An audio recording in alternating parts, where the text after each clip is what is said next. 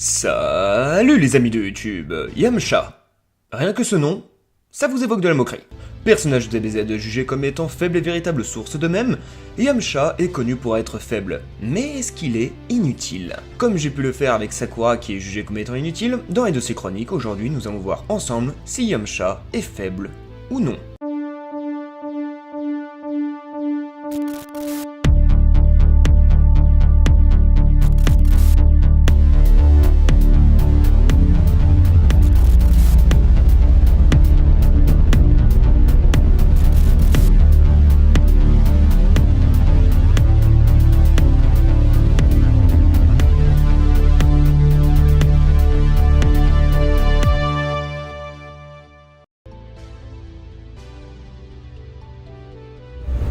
Yamcha à la base.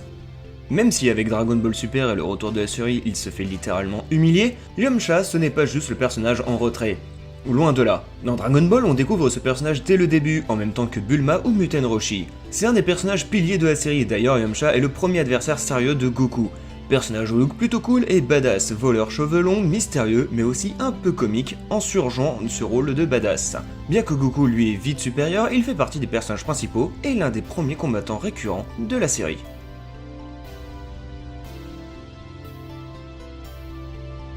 L'arc Saiyan. Cette image est gravée dans votre mémoire comme un mème. Sérieux, même Foucault en a fait une pop. Mais est-il si inutile? Et Yamcha va se faire tuer par un Saiyaman.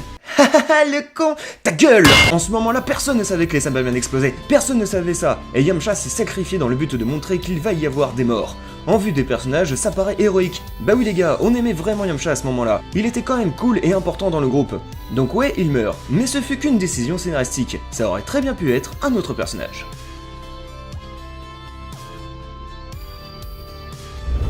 L'arc cyborg. Pareil pour l'arc cyborg, il est la victime parfaite pour démontrer un pouvoir méconnu de l'ennemi. Il a été la victime parfaite pour justifier les écarts de force, faire monter la tension et surtout valoriser les autres personnages. C'est un pur faire-valoir. Ce qui est d'autant dommage pour le personnage car cela joue contre lui. Ouais, il n'a pas brillé dans l'arc cyborg et devient vraiment secondaire par la suite.